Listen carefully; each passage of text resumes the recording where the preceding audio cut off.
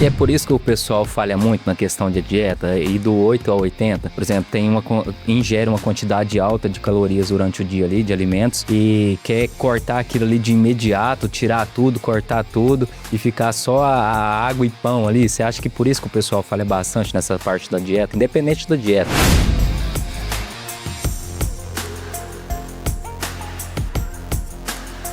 Nem sou eu que acho, a ciência já comprovou isso. Existe um artigo que foi publicado num jornal sobre obesidade extremamente renomado e ele avaliou 4.129 gêmeos nascidos na Finlândia entre os anos de 75 e 79. Eles pegaram essa amostra de mais de 4.000 gêmeos, separaram eles entre aqueles que iriam fazer dieta e aqueles que não iriam fazer dieta. E enquanto eles tinham 15, 16, 17, 18 e 25 anos, eles mediram o índice de massa corporal desses participantes, que é o peso pela altura quadrada. E aí eles foram comparando. E o que eles perceberam ao fazer uma comparação? Todas as amostras, aqueles que mais fizeram dieta, mais ganharam peso. Especialmente aqueles que já iniciaram o estudo com o IMC mais elevado. Então, o que eles concluíram? Que quanto mais fez dieta, mais aumentou-se o peso. Justamente por essa mentalidade do agora eu estou de dieta, não posso nada. Mas até quando você não vai poder nada?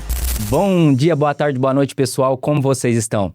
Estamos aqui hoje em mais um episódio do Sério Mas Nem Tanto Podcast, episódio este número 31. E hoje falaremos de algo que vai muito além da estética. Você já parou para pensar que está emagrecendo, mas não necessariamente está ficando mais saudável? Ou você já entrou em alguma dieta louca que até deu resultados de início, mas deixou o seu corpo esgotado e, consequentemente, você deixou a sua saúde para segundo plano? Talvez esteja na hora de você rever os seus conceitos e fazer a sua pergunta, fazer uma pergunta a você mesmo. Até quando vale a busca pelo emagrecimento a qualquer custo, sem contribuir de forma direta para a nossa saúde?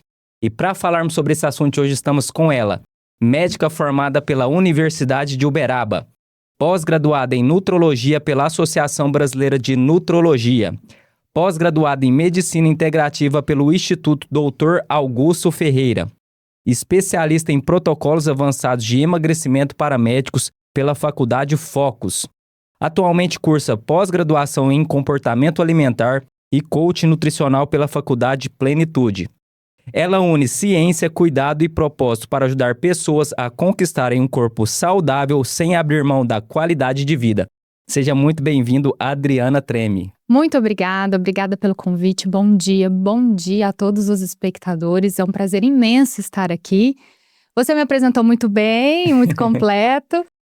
Eu atualmente estudo comportamento alimentar, estou na pós-graduação da Faculdade Plenitude, porque eu decidi não ser apenas uma prescritora de medicamentos no tratamento da obesidade. Eu quis ir para além disso. Quis comunicar saúde e desmistificar muitas coisas que envolvem esse tema. Então, Entendi. Por isso que eu quis aprofundar um pouquinho nessa parte e aí sou aluna também. Entendi. Mas, Adriana, antes da gente entrar no nosso tema central, que é o emagrecimento aqui, eu gostaria que você mesmo se apresentasse para o pessoal. Quem é Adriana Treme e contasse um pouco da sua trajetória profissional e pessoal também, até chegar aqui hoje no Sério Mas Nem Tanto. Bom, eu sou Adriana Treme, eu sou médica, sou mãe, sou esposa. Eu me formei há mais ou menos 13 anos, 13 ou 12 anos, aqui em Uberaba mesmo, na Uniub. E assim que eu me formei, eu não entrei na medicina. É até curioso isso. Eu fui para a área da moda, fui ser modelo. E depois de um tempo sendo modelo, precisei me cuidar, precisei ajustar a minha alimentação, os meus hábitos de vida, porque eu tinha que estar dentro das medidas que muitas agências exigiam.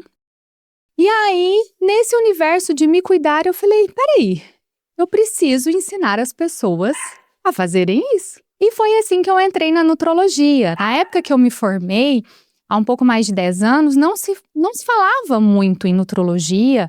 Eu nem sabia que havia essa especialidade. Foi uma especialidade que eu descobri depois da minha formatura. Mas me apaixonei tanto pelo autocuidado que eu decidi ensinar as pessoas um pouco sobre isso, para que elas pudessem transformar a vida delas, assim como eu estava transformando a minha nesse universo. E aí entrei na nutrologia e dentro da nutrologia eu comecei a perceber que eu precisava de um caminho, de um start para poder então ajudar essas pessoas. Eu falei, peraí, como que eu vou falar de saúde? Como que eu vou comunicar sobre esse assunto? Qual vai ser o meu ponto de partida? E aí eu comecei a perceber que a grande maioria dos meus pacientes, eles precisavam emagrecer. E eu falei, por que não aprofundar o meu conhecimento sobre obesidade?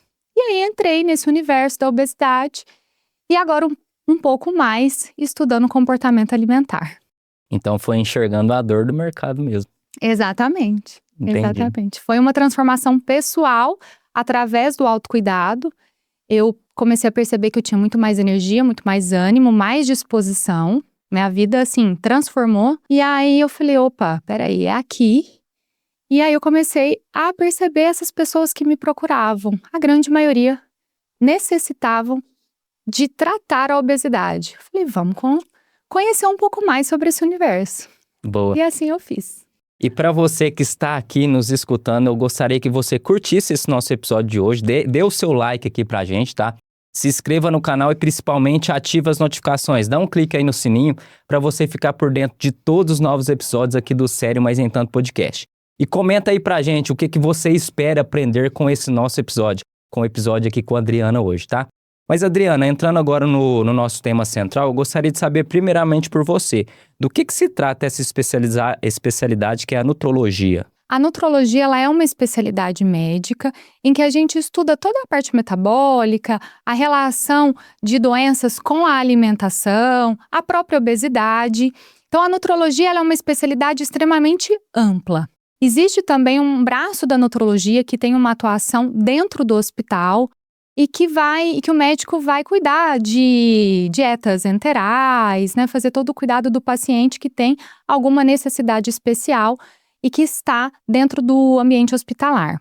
Existe a nutrologia clínica, que é essa que eu faço, que ela é extremamente ampla e relaciona a alimentação com muitas doenças.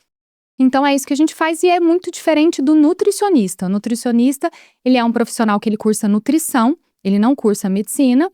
E a nutrição, ela vai ser uma área em que o profissional ele vai estudar sobre a alimentação. Então, ele é o profissional especialista em alimentação, em prescrever uma dieta, em calcular quanto você vai comer de macronutrientes, de micronutrientes, fazer todo o ajuste nutricional, entregar um cardápio, uma prescrição dietética. E nós, nutrólogos, nós vamos tratar doenças relacionadas à alimentação. Então, nós podemos prescrever medicamentos, nós podemos ir para além de apenas uma alimentação. Na verdade, a alimentação, ela é a especialidade do nutricionista. Nós temos que trabalhar juntos. Isso é uma bandeira que eu defendo muito. Inclusive, nessa semana, eu dei aula para nutricionistas e o meu maior convite durante a aula era exatamente esse, em unir forças, somar forças, no tratamento daqueles que são portadores da obesidade. E essa parte da medicina integrativa, como é que funciona? Essa questão mesmo, para ser sincero, eu nunca ouvi falar.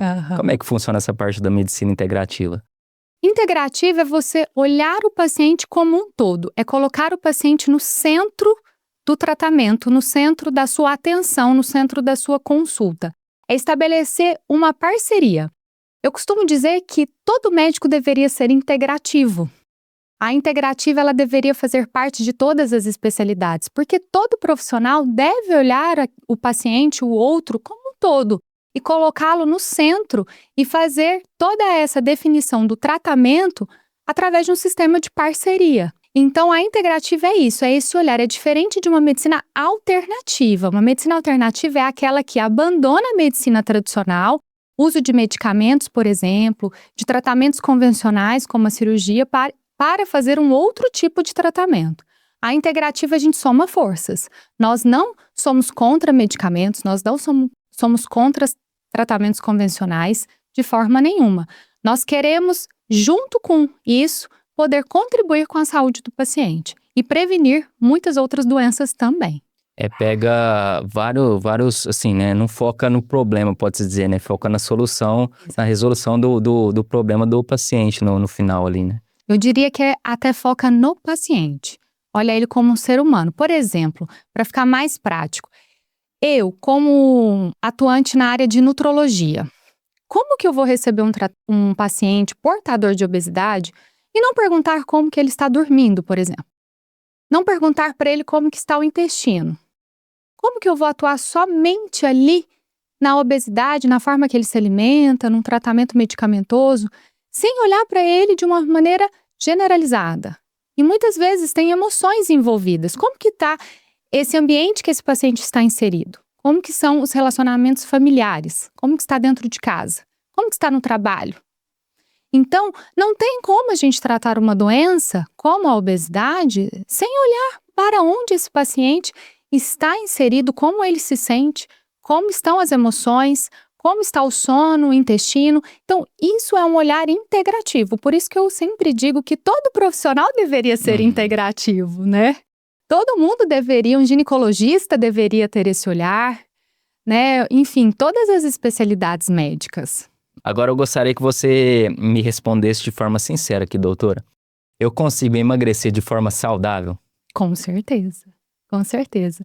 O ponto principal é a gente entender que a obesidade ela é uma doença crônica.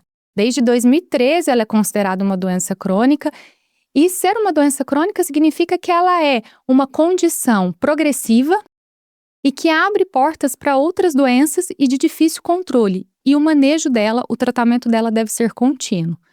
Então, quando a gente entende isso, a gente consegue trazer um tratamento adequado, eficaz, saudável e sustentável para os pacientes. E quando o paciente chega hoje no seu consultório, né, buscando principalmente essa parte de emagrecimento, como é que é o tratamento do seu paciente? É um tratamento meio que padronizado ou cada caso é um caso, cada pessoa é uma pessoa? Cada caso é um caso, né? Nós temos várias classificações, inclusive da obesidade, que foram atualizadas em janeiro de 2025 por uma comissão de mais de 58 profissionais, cientistas que se reuniram durante um período de 4 anos e determinaram uma nova classificação. Até então, nós classificávamos a obesidade apenas pelo índice de massa corporal. Então, era um número. Então, você tinha um IMC dentro, você não tinha obesidade, você tinha um IMC fora daquele intervalo, você tinha uma obesidade. Grau 1, grau 2, grau 3, uma obesidade grave, enfim. Era um número. E aí, por ser uma doença crônica, a gente percebe que o IMC ele é extremamente limitado quando avaliado de maneira individual, sozinho. E aí a nova proposta traz uma classificação em que a gente usa o IMC mais uma medição corporal, por exemplo, a circunferência abdominal, um percentual de gordura corporal, que pode ser avaliado pela bioimpedância. Então, a partir daí, a gente tem um espectro do paciente que ele pode estar dentro de uma obesidade pré-clínica, que é quando ele tem um excesso de gordura corporal, mas isso não interfere na sua saúde e nem na sua rotina, ele não tem nenhuma limitação, por exemplo, não tem dificuldade de calçar um sapato, não se sente cansado, ofegante, não tem uma resistência à insulina, não tem gordura no fígado, ele não tem nenhuma alteração laboratorial, nenhuma alteração na sua qualidade de vida, nos seus exames. Mas existe um outro ponto que é a obesidade clínica, em que ele tem excesso de gordura com algumas alterações. Então, a gente precisa avaliar e ver em qual desses pontos o paciente se encaixa e, então, personalizar um tratamento para ele. E, para além disso, a gente sabe que a obesidade ela é uma doença muito relacionada às emoções, Sim. muito relacionada ao comportamento humano. Então, avaliar esse paciente para traçar uma abordagem individualizada é extremamente importante. Então, eu tenho, por exemplo, no consultório, pacientes que têm comer emocional, que têm a impulsividade, que têm o descontrole, a perda de controle quando vai comer. O que são isso?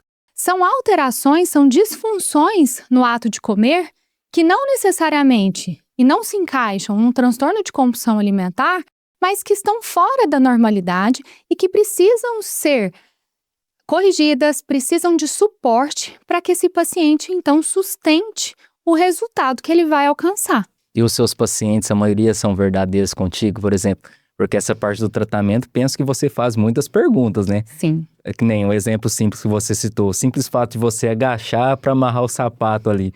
Você chega a certo ponto a perguntar isso pro seu paciente e fala, não, eu consigo amarrar meu sapato, mas no fim das contas ele não consegue. O pessoal é verdadeiro com você em cima dessas perguntas? Geralmente é, mas a gente tem que lembrar que quando a gente tem alguma questão comportamental ou até mesmo um transtorno de compulsão alimentar, que é uma condição psiquiátrica, a gente tem que lembrar que geralmente esses pacientes eles têm um comportamento ambivalente, então a gente precisa, através de técnicas, estabelecer um diálogo em que a gente consegue aos poucos ganhando confiança desse paciente, estabelecendo um vínculo desse paciente e chegando nas respostas que a gente está buscando.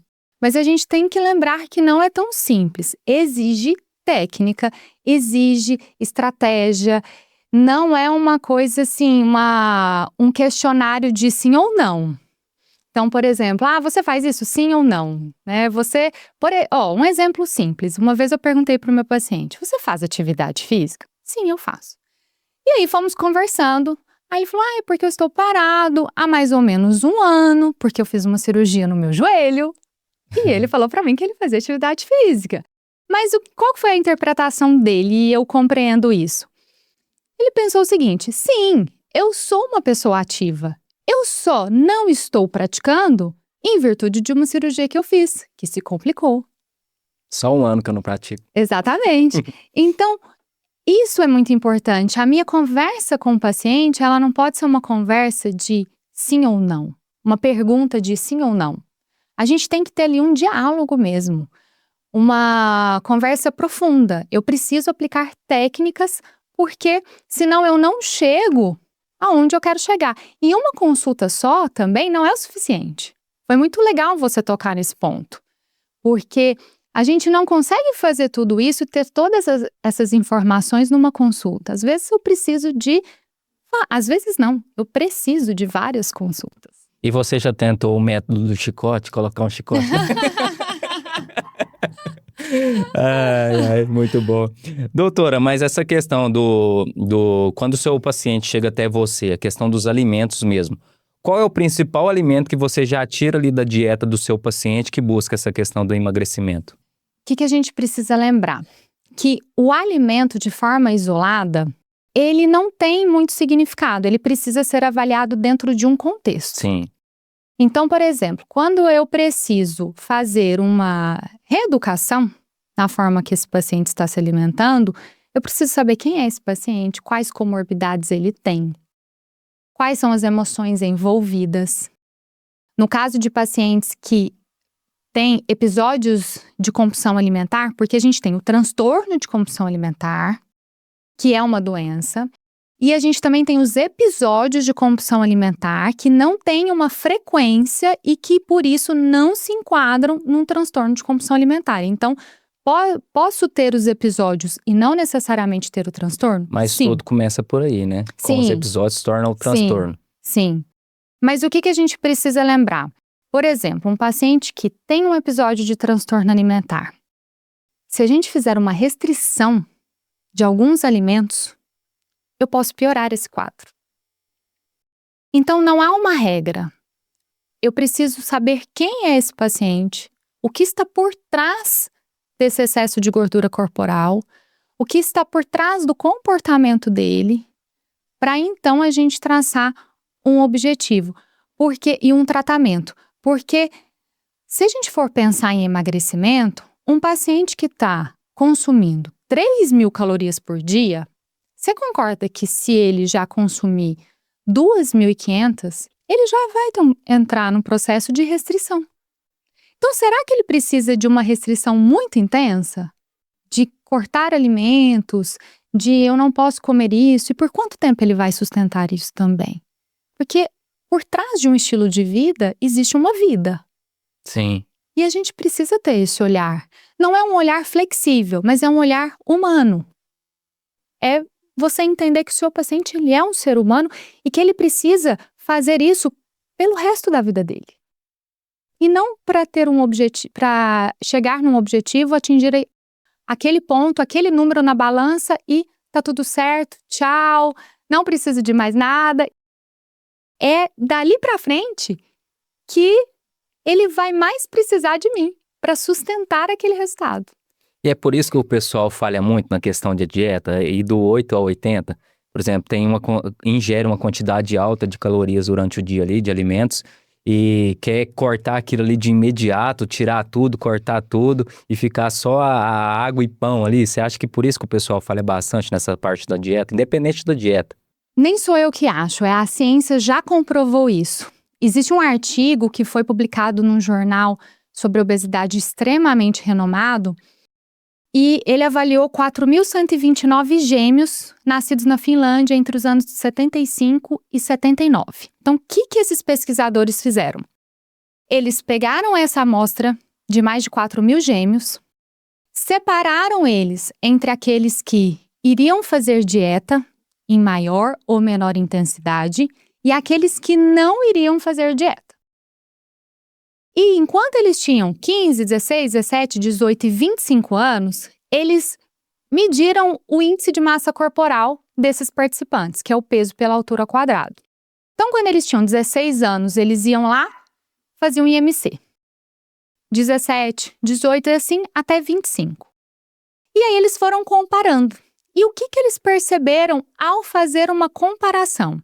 Então, primeiro eles compararam homens e mulheres, depois eles separaram entre gêmeos idênticos e gêmeos não idênticos de sexos iguais e diferentes.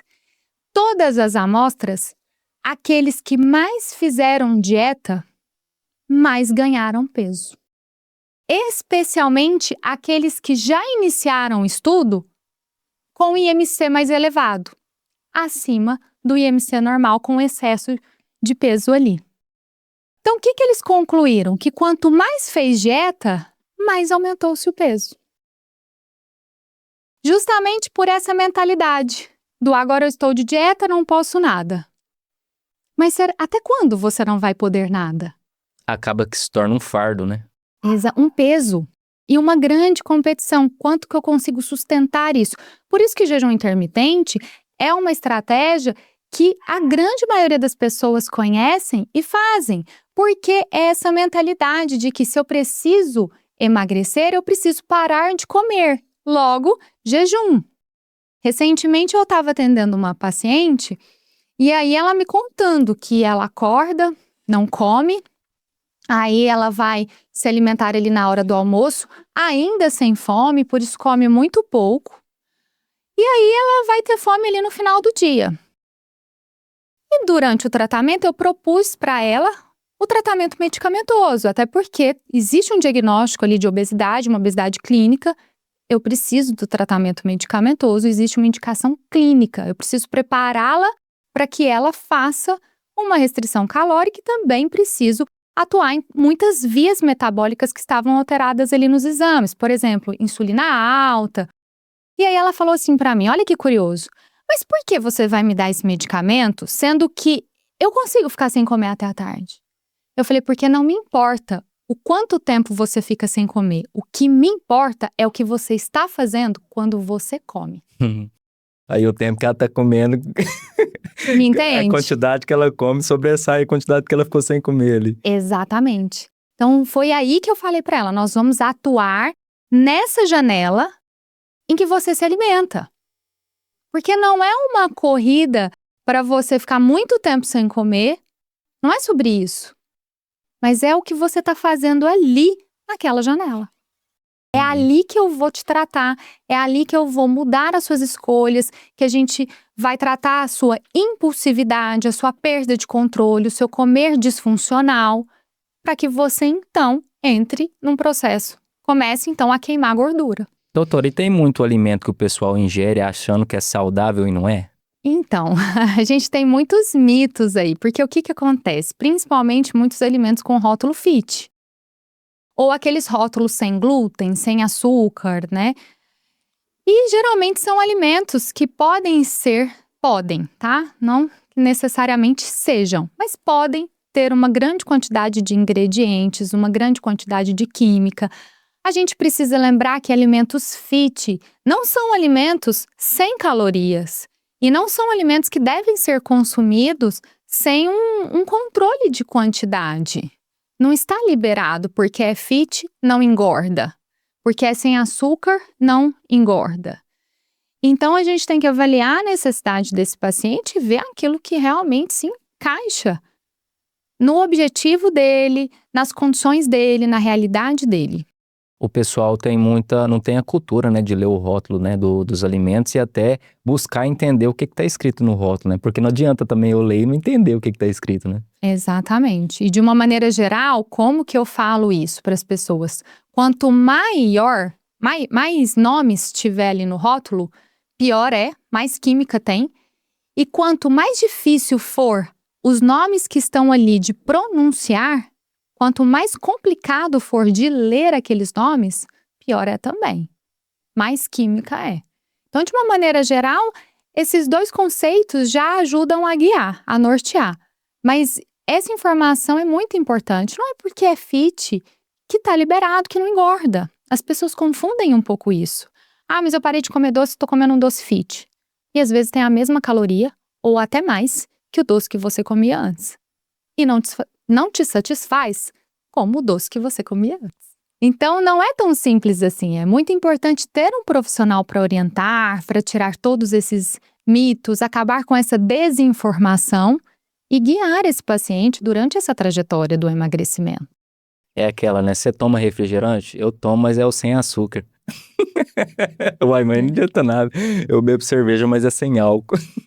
E a gente tem que lembrar que o mais importante é esse paciente construindo a trajetória dele. É o que eu sempre falo. Se você hoje está sendo melhor que ontem, já é muito bom. 3 vezes por semana, se eu fizer uma atividade física, é suficiente? Se você estava sedentário, muito provavelmente está bem suficiente para agora. Às vezes lá na frente a gente intensifica um pouco mais, mas você já está melhor que antes. Você não está parado mais. A caminhada é o melhor exercício físico? Depende. Você está sedentário e você vai caminhar? Melhor do que ficar parado.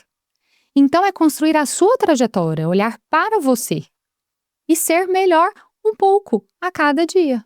E você acha que o que dificulta muito as pessoas perderem mesmo peso é até essa questão mesmo da comparação? Se comparam muito a outras pessoas e não a elas mesmas? Sim, com certeza. A comparação dificulta, esse excesso de informação que a gente vê nas redes sociais, isso também dificulta, que gera uma dicotomia, faz com que as pessoas montem aquela lista de alimentos proibidos, alimentos que são permitidos, alimentos saudáveis, alimentos não saudáveis, e elas acabam ficando confusas. O que eu realmente posso? Tem até um vídeo que eu postei recentemente no meu Instagram, em que eu faço uma crítica a isso. Eu chego em casa com fome, aí eu vou para comer um pão com ovo, pego o pão e falo, mas peraí, esse pão tem glúten? Então deixa o pão. Aí eu penso e falo, vou comer comida de verdade. Aí eu pego um arroz na geladeira e falo, mas arroz essa hora pode? Então eu faço uma leve crítica a isso. É tanta informação que deixa a gente confuso. Mas a gente tem que lembrar que o alimento, ele tem que ser inserido num contexto. É aquilo que eu te falei no início, sobre a sua pergunta. Tem um alimento que você tira? Tem que estar dentro do contexto. Quem é esse paciente? O que ele faz durante 24 horas? O que ele faz de atividade física? Qual é o perfil dele? Então, a gente precisa inserir esse alimento num contexto para que ele tenha um significado. Doce é ruim? Doce engorda? Quanto você come de doce? Todos os dias? Qual é a frequência que você ingere? Você come esse doce para aliviar as suas emoções? Ou você come esse doce porque você gosta e você come para te satisfazer? Porque existe uma diferença muito grande aí. Mas é muito difícil isso, hein? É difícil, mas por isso que a gente precisa orientar as pessoas a não fazer esse processo de emagrecimento sozinhas. É preciso ter um profissional. É preciso ter acompanhamento. É preciso falar que uma consulta só a gente não vai resolver. A gente precisa de sequência. O fator tempo é muito importante. É como você mencionou, né? Tem que se tornar um estilo de vida, não tem como, né? E lembrar que atrás desse estilo de vida tem uma vida. Sim. Doutora, mas as pessoas hoje não, há algum tempo buscam mais o teor mesmo curativo do que preventivo. Por exemplo, as pessoas, agora eu preciso ir num médico porque a doença já se alastrou no meu corpo. O pessoal busca muito o profissional nessa parte curativa e não se prevenir para até prevenir mesmo que a doença se alastre no corpo dela, afinal. Sim, eu acho que o perfil dos pacientes tem mudado muito. Eu percebo uma busca muito grande na prevenção. Claro que muitos ainda vão pela dor do diagnóstico, pela dor da doença. Mas eu vejo muitas pessoas buscando sim a prevenção, já tendo esse olhar de eu preciso me cuidar.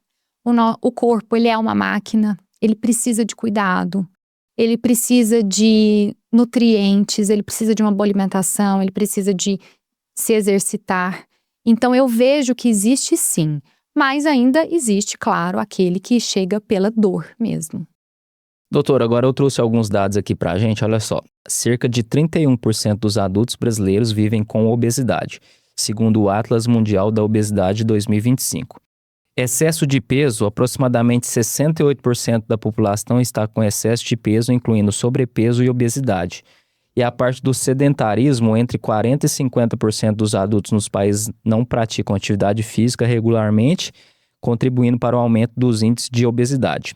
Em cima disso, eu gostaria de te perguntar, você acha que o pessoal hoje normaliza muito a parte da obesidade, até romantizam isso e não entendem não somente como parte estética, mas como questão de saúde? Por isso há essa romantização? Eu não diria que existe uma dificuldade de enxergar que a obesidade é uma doença.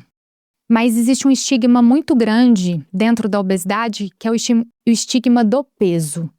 De acreditar que emagrecimento é uma questão de foco, força e fé.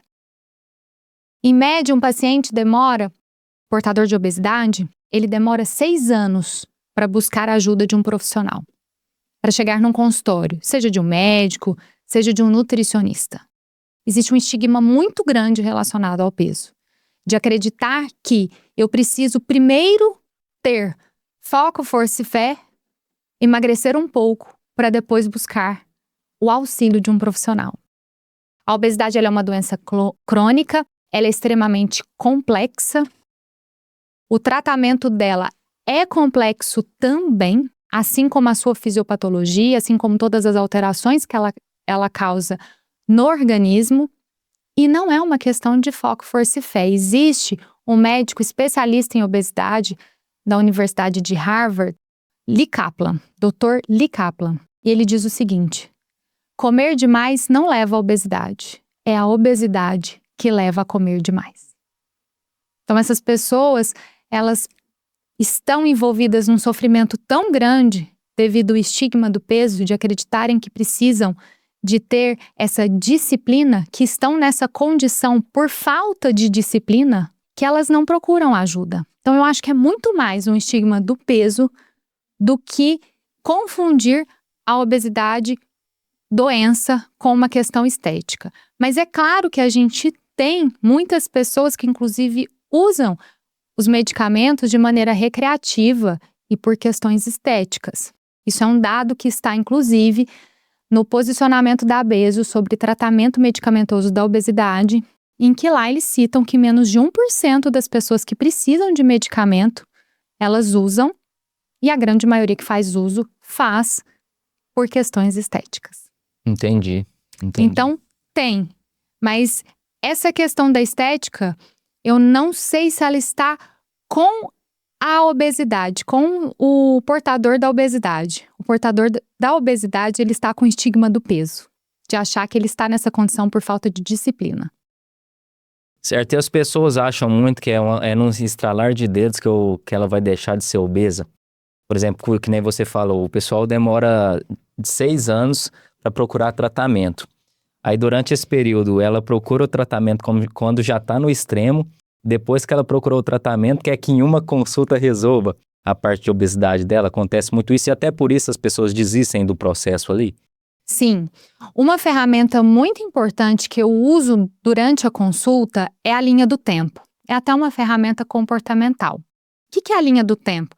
É entender como o paciente chegou no peso que ele está hoje, na condição que ele está hoje.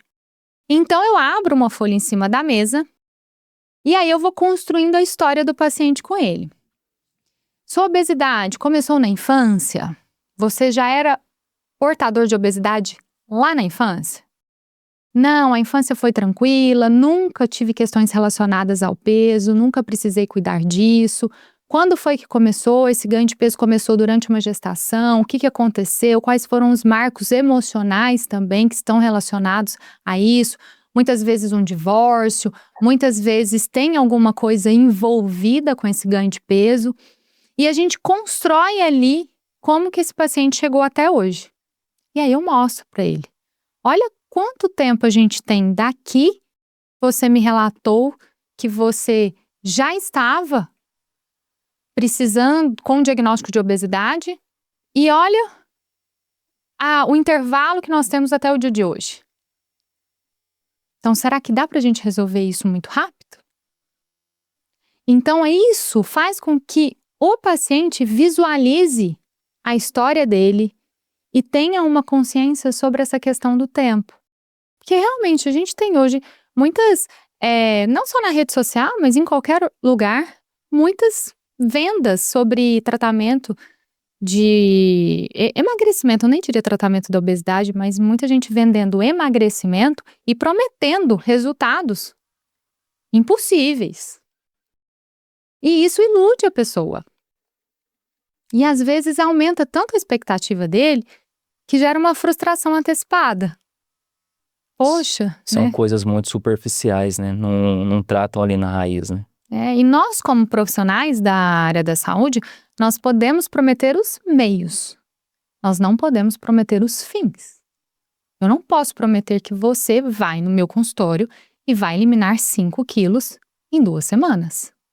Mas eu posso, sim, me comprometer que eu vou tratar, cuidar de você e que você vai melhorar a sua saúde. Eu posso te prometer os meios, a forma de você chegar nisso, nunca os fins.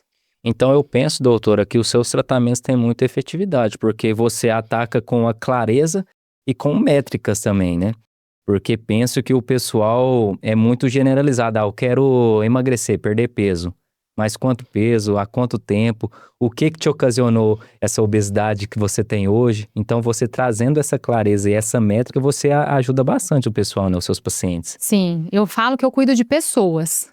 Através do emagrecimento, eu transformo a vida de pessoas. Então eu olho para a pessoa que está ali. A história dela, o que levou ela a chegar onde ela está hoje, as emoções envolvidas, a parte metabólica. E muitas vezes eu converso tanto sobre essa questão comportamental que aí na hora que eu vou para a parte metabólica, resultado de exames, eu até falo para o paciente, eu falo, olha, agora a gente vai entrar na parte médica bem verdadeira. Aí eu falo, agora você vai ver um outro lado meu. A gente falou muito sobre comportamento, então agora você vai ver a parte médica de verdade, os números, as alterações metabólicas nos seus exames. Então eu vou direcionando o paciente também para trazer clareza para ele sobre o que eu estou fazendo. E o nosso corpo entende essas dietas radicais, né, que as pessoas fazem. O nosso corpo entende isso também como uma ameaça? Sim, qualquer restrição calórica que você fizer, assim como eu disse lá no começo, um paciente que está comendo 3.000 calorias, se ele passa a comer 2.500 calorias, ele está num processo de restrição, né? 500 calorias a menos que ele comeria. Quando a gente faz uma dieta, o nosso corpo ele não foi feito para emagrecer, ele foi feito para sobreviver. Nosso metabolismo é um metabolismo arcaico, da época das cavernas, quando nós caçávamos. Qual que é a interpretação do nosso metabolismo frente a uma restrição? Por menor que ela seja, não tem alimento ali. Essa pessoa precisa correr atrás do alimento. E essa pessoa precisa economizar energia. É como eu falo para os meus pacientes. Hoje você ganha R$100 por mês. Mês que vem você vai ganhar 50. O que você vai fazer? Todos falam economizar. Então, frente a uma dieta, o que seu corpo vai fazer? Mesmo que ela seja menos ou mais intensa. Claro que se for mais intensa essa resposta de defesa. Ele vai economizar. Então, existe já um estudo que quantificou isso. E eles concluíram que para cada quilo de peso perdido, há um aumento médio de 100 calorias no estímulo da fome e do apetite e uma redução de 30 calorias no metabolismo. Sabe o que isso significa? Que conforme o peso vai reduzindo na balança, é como se nascesse um leão dentro do paciente, dentro da pessoa. E esse leão, inicialmente, ele é pequenininho. E aí ele vai crescendo, vai ficando jovem, de repente adulto, até que ele tá tão grande, tão forte e robusto, que ele tem uma fome imensa, que o paciente devora ali 1.000, 2.000 calorias sem pensar. E isso não depende de autocontrole, isso é fisiologia. O hipotálamo, que é a nossa balança interna, que é o centro nutricional, que vai fazer todo o estímulo para você devorar todas essas calorias. E aí a gente entende por que, por exemplo, quando uma pessoa ela tem um objetivo assim, eu vou ser madrinha de casamento, preciso emagrecer para entrar numa roupa, ou eu vou para a praia, eu quero colocar um biquíni, quero estar legal. Enquanto ela está ali na trajetória, antes do objetivo, antes da festa, antes da praia, ela vai muito bem.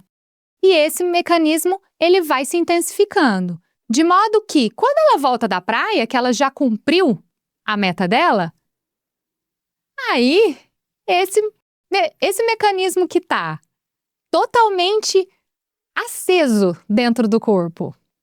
Mas a meta que já foi cumprida, então, tanto faz, é tudo que o corpo precisa.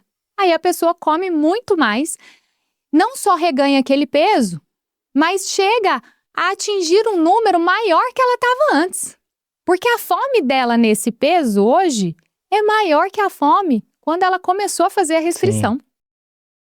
Então, hoje, os tratamentos medicamentosos, por exemplo, os medicamentos que tratam a obesidade, eles não são medicações que vão apenas inibir o apetite. Nós já passamos da fase de usar apenas inibidores de apetite, mas nós temos hoje medicações como a tirzepatida, que é o Mounjaro, que atua nesse mecanismo, atenua essa resposta fisiológica, neutraliza isso. Então não é sobre controle de apetite apenas, não é sobre comer menos apenas, mas é a nível celular o tratamento para poder preparar o seu metabolismo para fazer uma restrição calórica e ele não entender que você está sob ameaça. Amor, a doutora nos passou um segredo aqui pra gente emagrecer, ó. Você pegou? Só ir pra praia todo mês. Além de investir no lazer, né? A gente investe também na saúde. Tem como juntar as duas coisas, né? É possível. Doutora, eu preparando aqui a nossa conversa de hoje, eu achei um termo meio que pode-se dizer engraçado. Eu gostaria de te perguntar, entre aspas, dia do lixo. O que é isso? Isso cabe na dieta das pessoas? Eu, particularmente, não gosto de trabalhar dessa forma. Porque alimento, gente, é alimento. Quando você fala dia do lixo, quem que é o lixo? O alimento. E tudo vai depender do contexto. Olha só que diferente. Eu adoro um bolo de chocolate que minha mãe faz. Uma vez, quando eu estava grávida da minha menininha, eu tive vontade, não foi desejo, foi vontade mesmo. Minha mãe fez o bolo. E aí eu saí do trabalho, passei na casa da minha mãe, comi o bolo, só que estava muito gostoso. Eu comi bastante, muito mais que eu comeria. Porque realmente estava muito bom e a gente estava ali, só nós duas conversando, eu grávida.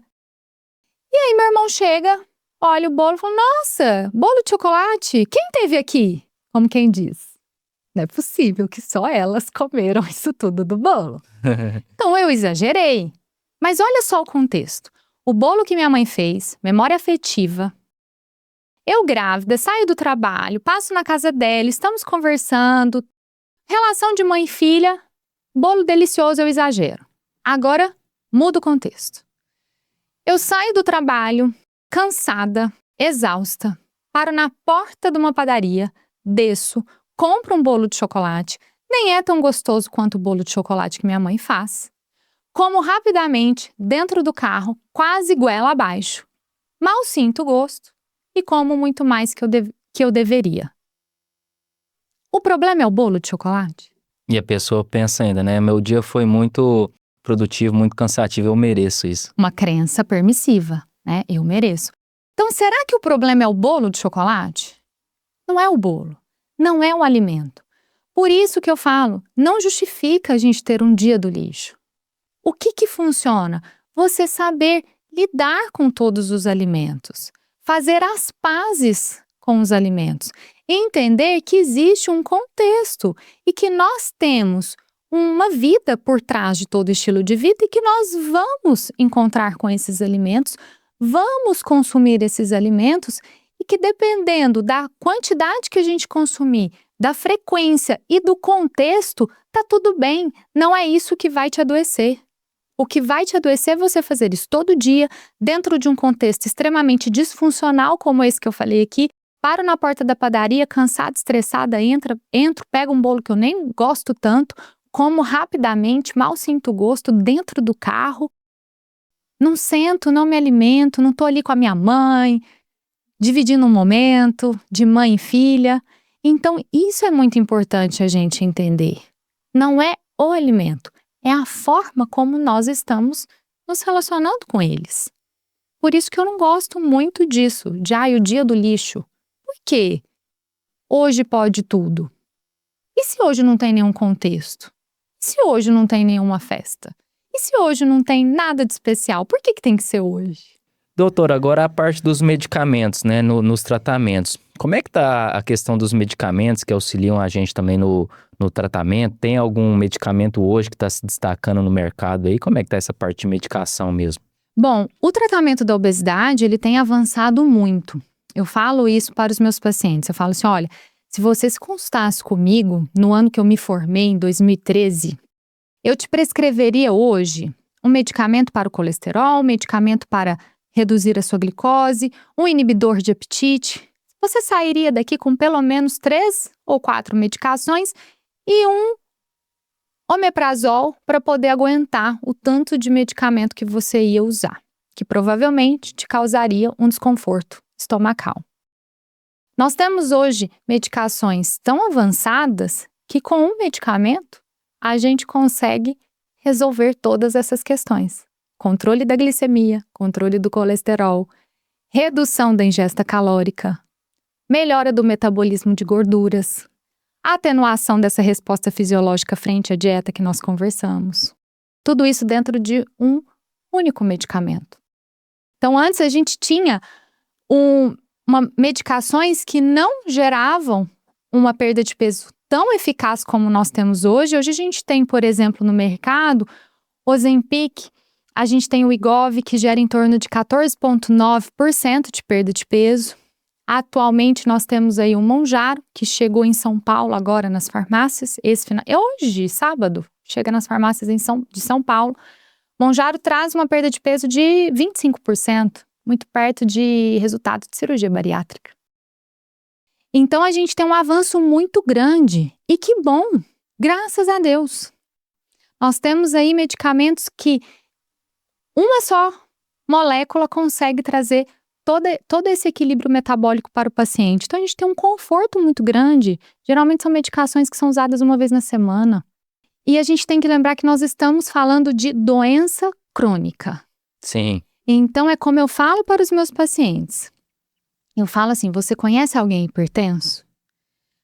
A grande maioria dos meus pacientes conhece. Tem um parente, alguém em casa que tem pressão alta. Aí eu pergunto, essa pessoa toma medicamento? Sim, toma. Aí eu falo, o que você faria se ela parasse de tomar o medicamento? Aí geralmente é uma mãe, um pai. Aí ele fala assim, nossa, acho que eu mato ele, porque a pressão dele vai subir. É a mesma coisa a obesidade. É uma doença crônica, precisa de tratamento. E muitos casos têm indicação de tratamento medicamentoso. E nós temos um avanço gigantesco. Então a gente precisa de desmistificar também todos esses mitos e estigmas que estão relacionados às medicações. Que medicação causa efeito rebote? Que medicação vai fazer eu reganhar todo o peso que eu perdi? Que a medicação não é segura? Que eu vou ficar dependente? Não existe um efeito rebote. Porque é a mesma história do paciente hipertenso. Se ele parar de tomar, ele vai ter a pressão alta, a pressão vai subir. Então, na obesidade, a medicação ela não causa o efeito rebote, é a doença acontecendo. É aquele mecanismo que eu contei que vai estar neutralizado. Parei a medicação, o leão acordou. É ele que vai comer por você. É a mesma lógica da suplementação, né? Na parte de ganho muscular, né? Sim. Se eu uso a suplementação ali na minha dieta, ela vai me auxiliar a ganhar mais massa. Exatamente. Eu acho que é a mesma lógica, eu diria que em tudo. Porque pensa no seu negócio. Se você não olhar para o seu negócio, se você não se atualizar, se você não estiver ali para poder se dedicar e fazer o seu negócio crescer, ele não vai crescer sozinho. Então, a mesma coisa uma doença. Eu falo muito para os meus pacientes, orai e vigiai. Não tem jeito. E é pro resto da vida. Mas é pro resto da vida que a gente vai usar as mesmas medicações, nas mesmas doses? Não! O paciente, ele chega com a doença ativa, com uma obesidade clínica, a gente vai atuar fazendo um resgate. Eu falo muito isso para ele. É como se você estivesse se afogando. Eu vou te resgatar. Eu não vou te ensinar a nadar agora. Uma vez que você está resgatado, que você já está em terra firme, aí você vai aprender comigo a nadar. E aí você vai nadar sozinho. Então, o tratamento, ele começa de uma forma, ele se modifica, ele só não pode parar. Ele só não pode parar. Doutora, agora eu vou te falar 3 coisas e você vai me dizer se influencia ou não na parte do emagrecimento. A primeira delas é o sono. Influencia na parte do emagrecimento? Influencia. Existe um estudo, eu não vou me lembrar o nome, não vou me lembrar detalhes, mas que ele comprovou o quanto uma noite de sono mal dormida aumenta o nosso apetite. Se eu não me engano, se não me falha a memória, são 300 e poucas calorias a mais que as pessoas consomem após uma noite mal dormida. A segunda coisa, o ambiente que eu estou inserido influencia no meu emagrecimento? Completamente, porque influencia nas suas emoções, nas suas escolhas, nas suas atitudes, e a gente sabe que alimento pode ser sim um escape. E a terceira coisa é a parte das atividades físicas. Ela influencia principalmente a me sustentar ali na parte do emagrecimento? Sim, com certeza. Com certeza, principalmente na manutenção de peso. E no processo de emagrecimento, eu diria que no sentido de gerar um emagrecimento saudável na preservação de massa magra e, portanto, sustentável. Doutora, falamos muito sobre emagrecimento, agora eu queria conversar com você sobre mentalidade, topa? Vamos, bora lá. Nessa linha também do emagrecimento. Primeira pergunta que eu queria fazer para você é: existe emagrecimento sem primeiramente eu mudar a minha mentalidade? Eu diria que existir existe, ele só não se sustenta. Então, acontece, é possível, se eu tiver com a mesma mentalidade, é. Igual eu falei anteriormente, se eu tenho uma viagem, até que você brincou, já achei a chave, né? Vamos viajar que resolve. É mais ou menos isso. Então, a pessoa tem ela ancora o processo de emagrecimento dela numa finalidade, numa motivação, num propósito, melhor essa palavra, num propósito extrínseco, a viagem, a festa, a roupa que eu quero colocar, e aí acontece aquele objetivo é concluído com sucesso e depois não se sustenta o resultado. Então, possível é. A única diferença é que aí a gente não está falando de um resultado sustentável, e sim de uma questão imediata e pontual. E por que as pessoas associam muito a parte do emagrecimento ao sofrimento? É uma questão cultural, né? Por exemplo, se a gente colocar no Google a definição de dieta. Bom, antes de eu falar a definição de dieta, o que é dieta para você? Se eu falo dieta, o que vem na sua cabeça? Para mim, Vou te entrevistar. Sinceramente, é ter um certo controle sobre a minha alimentação. Sobre alimentos, assim, principalmente, que vão me ajudar a ter mais energia durante o meu dia ali. Sim, faz todo sentido, mas olha só a palavra que você usou, ter um controle. Dieta é muito relacionada à restrição. Controle. Se você jogar no Google, quem estiver assistindo pode fazer isso agora, dá um Google aí e coloca dieta. É estilo de vida. Não é restrição. Não é controle. Mas culturalmente o emagrecimento está associado ao sofrimento, à restrição. Por isso que o jejum é algo que muita gente fala, conhece e faz, até mesmo por conta própria, o que não é adequado, mas por acreditar nisso. E é aquilo que minha paciente falou: por que você vai me prescrever uma medicação se eu consigo ficar sem comer da hora que eu acordo até a tarde? Mas e o que você faz na janela em que você se alimenta? É isso que eu preciso mudar, é aí que eu preciso intervir. Então, com certeza, isso é uma questão cultural. É um estigma relacionado aí ao emagrecimento. E as pessoas têm muito medo de repetir certos padrões de fracasso. Por exemplo, entraram em determinadas dietas, não conseguiram ter aquela continuidade ali na dieta, abandonou a dieta e tem um certo medo de começar a fazer outro tratamento, outra dieta que seja ali, para continuar essa parte do emagrecimento? Sim, isso a gente chama de antecipação do fracasso. Mas isso não é totalmente, a ciência já até estudou, relacionado ao fracasso anterior, mas ao estigma do peso, ao acreditar que obesidade é uma questão de disciplina. Então, o magro, ele é disciplinado. A pessoa portadora da obesidade, que tem excesso de gordura corporal, ela não é disciplinada, ela é desleixada. Por conta desse estigma, as pessoas antecipam o fracasso. Eu não vou conseguir. Essa dieta, isso não é pra mim. Minha família inteira é obesa, então, eu também vou conviver com essa doença pelo resto da minha vida. Então tem muitas historinhas que as pessoas contam pra si mesma, né?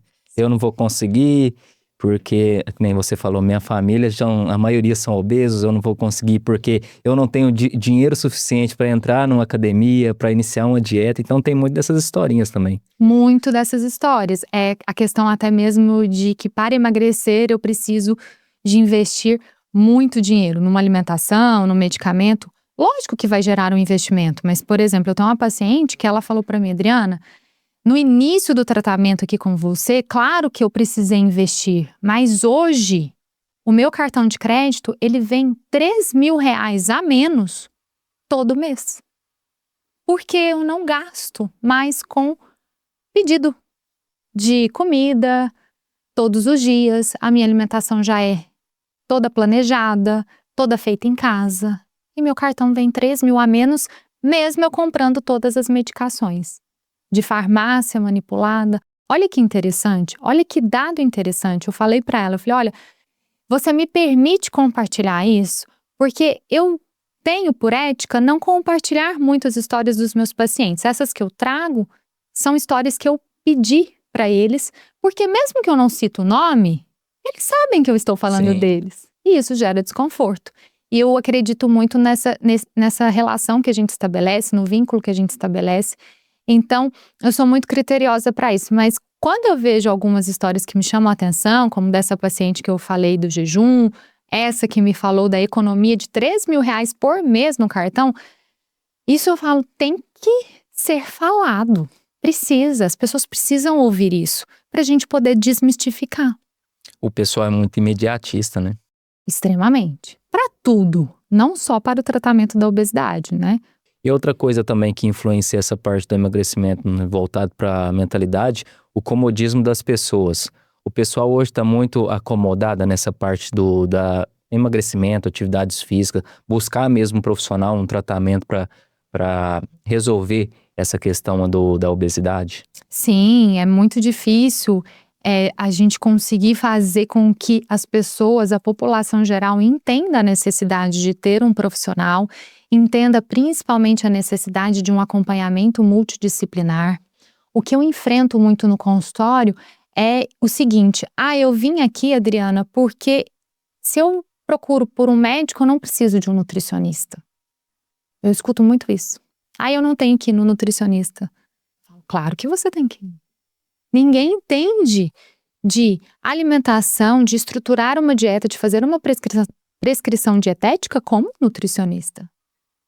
O meu acompanhamento não anula o acompanhamento de um outro profissional, ele soma. Psicólogos também, é super difícil eu conseguir que o paciente busque a ajuda da psicologia. E a gente precisa em muitos casos, porque a alimentação está muito relacionada com as emoções. E a gente sabe que, por exemplo, num transtorno de compulsão alimentar, a terapia cognitivo-comportamental, ela é padrão ouro na intervenção. Não há como eu tratar esse paciente sem a psicologia, sem o psicólogo. Então, essa parte do emagrecimento pode-se dizer que a grande maioria é voltado para as emoções mesmo das pessoas. A grande maioria. A grande maioria. Emoções, comportamento, eu diria assim, que está muito relacionado. A gente come o que a gente sente. Disse tudo. A gente come o que a gente sente. Agora, a questão que que nem você viu aqui, eu gosto de ler muito. E eu acompanho muito os conteúdos do Joel J. E ele tem um estigma para as pessoas físicas mesmo, não para o CNPJ ali, para empresas, né? Que ele coloca saúde, família e trabalho, não inverta a ordem, né? Você acha que as pessoas hoje estão invertendo muito a ordem? É trabalho, reticências, família e saúde? Com certeza. Eu acho que tem uma inversão aí muito grande. De várias, né, de pessoas que me procuram. Deixar a saúde para depois. Ai, não dá para eu tomar água porque esse horário eu tô trabalhando. Ai, não dá para eu comer nada porque como que eu vou parar ali? E às vezes eu falo, não dá para comer uma banana?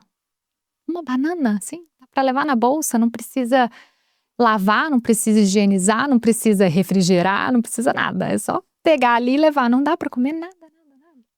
Então, assim, sim, tem muito isso, tem melhorado. Eu percebo, assim, as pessoas têm melhorado esse nível de consciência, mas ainda há uma inversão na grande maioria das pessoas. E você acredita em equilíbrio ou não? Eu acredito em um equilíbrio que ele é cíclico. O que é um equilíbrio cíclico? Igual quando você fala assim, saúde, família e trabalho. Eu concordo, eu acho que a grande maioria do tempo tem que ser isso mesmo. Mas em alguns momentos, a gente tem que apagar um incêndio na família. A gente tem que apagar um incêndio no trabalho. E aí, não tem como a gente equilibrar tudo. Algo sai do eixo. Mas, com certeza, 80% do tempo tem que ser nessa sequência. Mas vão haver momentos de desequilíbrio. Ele só não pode ser a rotina.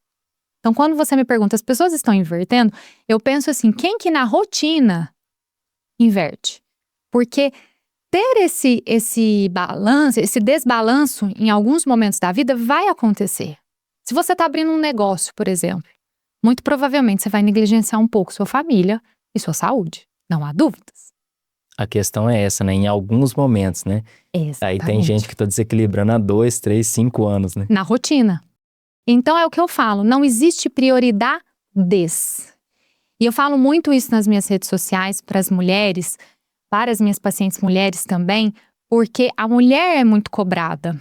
E aí eu ouço muito assim nas redes sociais, olhe para as suas prioridades.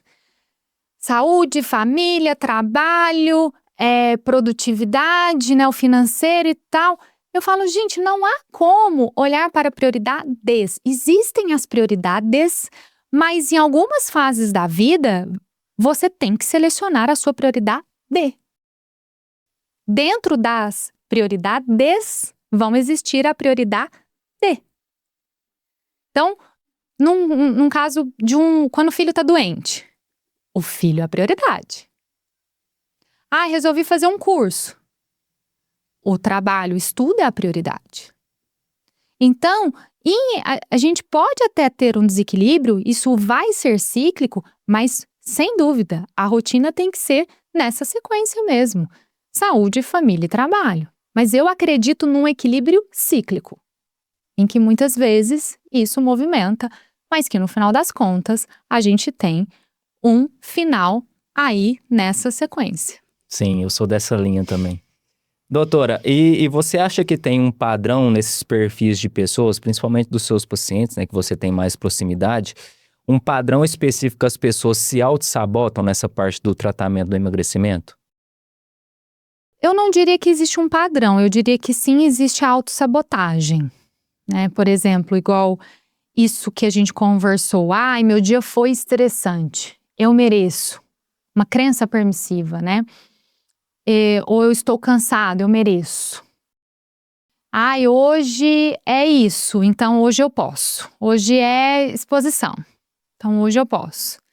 Então eu vejo que existe sim a autossabotagem, que dentro do comportamento a gente chama de motivo plausível e perfeito para a pessoa, que ela ancora isso, para que ela se justifique para ela mesma e dê essa justificativa para si mesma, para que ela faça aquilo que ela realmente quer.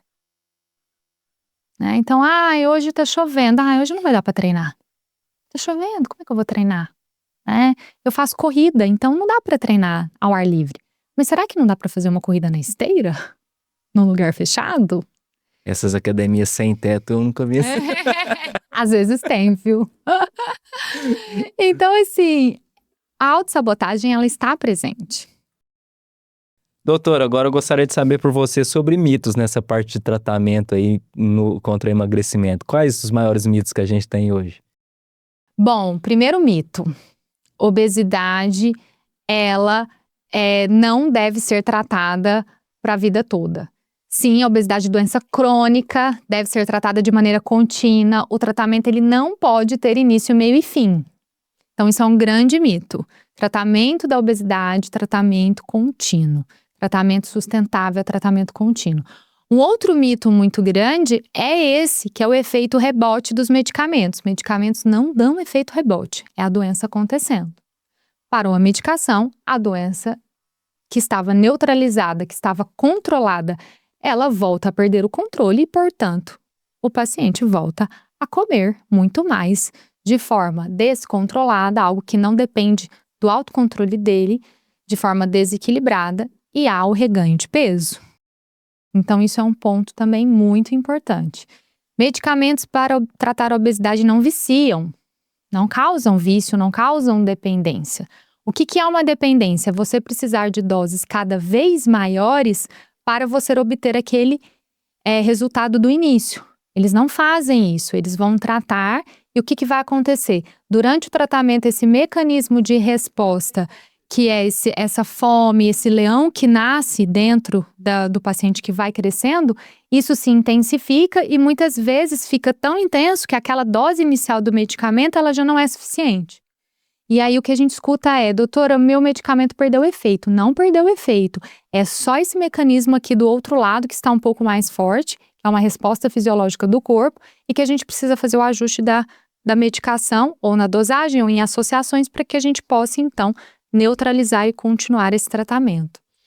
E doutora, por que não é proporcional? Por exemplo, eu sigo uma dieta ali, um tratamento durante, 2, 3, 5 anos, regrado ali, entendeu? E eu paro essa dieta e durante, 1 mês, 2 meses, 6 meses, eu perco tudo que eu ganhei nesses anos todos aí. Por conta mesmo dessa resposta do organismo. O nosso corpo, ele vai sempre buscar o equilíbrio. E o que acontece? Quando o corpo atinge um peso máximo, como ele foi feito para acumular gordura, ele registra esse peso na nossa balança interna, que é o hipotálamo. Então, é uma estrutura, o hipotálamo, que está aqui atrás dos nossos olhos, e ele vai registrar esse peso maior. Então, toda vez que a gente descer desse peso, a tendência é que ele volte. E aí ele faz isso.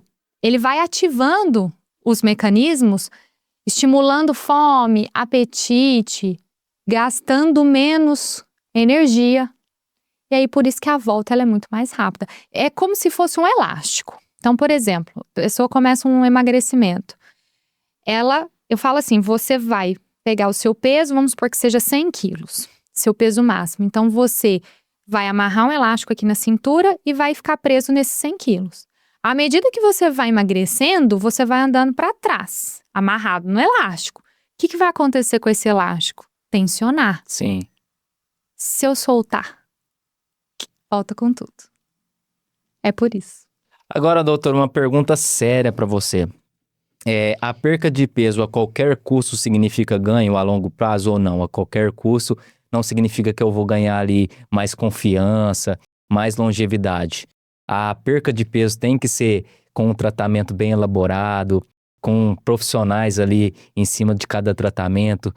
Como é que você acha? Como é que você pensa sobre isso? Sim, eu acho que tem que ter o acompanhamento de profissionais que conheçam a doença, a fisiopatologia da doença principalmente. E assim, eu vejo como o tratamento ele é muito individual. Por exemplo, eu já tive pacientes que não tiveram sucesso em tratamentos para obesidade clínicos. O que é um tratamento clínico? Ir no consultório, prescrição de medicamento, mudanças de estilo de vida, mas que tiveram um resultado super satisfatório com a cirurgia bariátrica. Então, cada um tem um estilo, um perfil para cada tipo de tratamento. Então, eu acho assim, existem vários tratamentos disponíveis, cada um vai se encontrar no seu, mas isso deve ser feito, sem sombra de dúvidas, com uma equipe multidisciplinar. Nutricionistas, médicos, psicólogos, para que esse resultado se sustente independente da forma como ele foi alcançado. Através de uma cirurgia bariátrica, através de um tratamento clínico medicamentoso, mas ele precisa ser sustentado e por isso que é muito importante o acompanhamento de profissionais. E pela quantidade de tratamento hoje no mercado e a quantidade de medicação, a tendência é a medicina ser mais integrativa, né? Sim, por isso que eu falo que todo profissional médico, todo profissional de saúde, eu diria, deve ser integrativo. Ele tem que olhar o paciente como um todo. Ele tem que colocar o ser humano ali no centro. Eu trato pessoas, eu cuido de pessoas, eu falo muito isso na rede social. A obesidade é o caminho pelo qual eu inicio o meu tratamento, mas eu olho para a pessoa. Isso é muito importante. E hoje no mercado essa parte de inteligência artificial está auxiliando também nessa parte de tratamentos contra o emagrecimento? Sim, com certeza. Hoje a gente já tem suplementos, por exemplo, o Pepti Strong, ele é um suplemento que foi desenvolvido pela IA, pela inteligência artificial. Ele é uma sequência de aminoácidos derivados da fava e que ele faz a sinalização das vias que vão aumentar a massa magra, que a gente chama de via mTOR, de uma forma muito potente. Então, sim, a IA tem nos auxiliado nessa questão de saúde, de qualidade de vida, sem dúvida nenhuma, e os profissionais eles precisam dominar a inteligência artificial, precisam saber usar esse recurso. E as mídias sociais, como é que estão as mídias sociais? Também auxiliam nesse tratamento? Porque, por exemplo, vendo o seu perfil mesmo, se a pessoa te seguir, te acompanhar, ela vai ver toda a sua rotina ali e pode ter, como, assim, talvez ela não tenha hoje condições financeiras para buscar um tratamento direto com você. Mas vendo a sua mídia social ali, ela pode aplicar certa rotina conforme a sua para buscar ali também um tratamento contra a obesidade, né? Sim, é o que eu sempre digo, eu falo, todos os profissionais, eles têm que colocar a voz na rede social com responsabilidade. Nós que somos da área da saúde, eu tenho uma professora que ela fala muito isso e é uma das maiores verdades que eu já escutei. Ela fala, a gente que é da área da saúde, a gente tem responsabilidade não só pelo que a gente fala, mas pelo que as pessoas interpretam. Sim. Isso é muito importante. Então, o meu conteúdo, quando ele sai ali, ele é um conteúdo muito pensado e muito elaborado. Porque eu tenho que ter muito cuidado como essa pessoa vai interpretar esse conteúdo. Isso é uma responsabilidade minha, mas eu preciso comunicar saúde e eu preciso também trazer essa informação sobre a obesidade para desmistificar muitas coisas que estão relacionadas a essa doença crônica, senão vai sobressair a voz daquele profissional que está ali relacionando a obesidade à estética, relacionando a obesidade a uma questão de foco, força e fé, dizendo assim, você ainda não foi, ainda não levantou, ainda não fez. Então, a gente precisa falar, nós que somos profissionais responsáveis, temos que colocar a nossa voz com responsabilidade. É por isso que o pessoal tem que perder o receio e se expor mais, né? Sim, sem dúvida, eu falo. Às vezes cansa, sabe? Porque a gente vê umas coisas que eu falo, não é possível que essa pessoa tá falando isso, tá prometendo isso. Aí dá uma vontade de ficar quietinho e não postar mais. Mas eu falo assim, poxa, Se eu não fizer isso, se eu não comunicar e informar as pessoas sobre a obesidade, isso vai só piorar. Se eu não ocupar o meu lugar, outra pessoa vai ocupar. E é tudo questão de foco também, né? Você só tá focando na pessoa errada, né? Você tem que focar no seu possível paciente, não no profissional, entre aspas, que tá proliferando ali um conteúdo que Com não certeza. faz sentido ali no final. Com certeza, com certeza. Doutora, gostou do papo? Muito! Foi um prazer imenso para mim. Muito obrigada, adorei. Então, antes da gente ir para a mensagem final aqui de hoje, eu gostaria que você olhasse para aquela câmera ali e passasse para o pessoal todas as suas mídias sociais, como é que o pessoal te encontra. Se você quiser passar também o endereço do seu consultório aqui em Uberaba, fique à vontade. Bom, vocês me encontram no meu Instagram. Eu estou lá todos os dias, que é o Adriana Treme, @AdrianaTreme. E lá no meu Instagram tem o acesso ao meu consultório também, através do link da bio. E a mensagem que eu quero deixar hoje aqui é que a obesidade é uma doença crônica, não é uma questão de disciplina, de foco, força e fé. Ela tem toda uma fisiopatologia complexa, o tratamento também é complexo, deve ser contínuo. Não faça isso sozinho.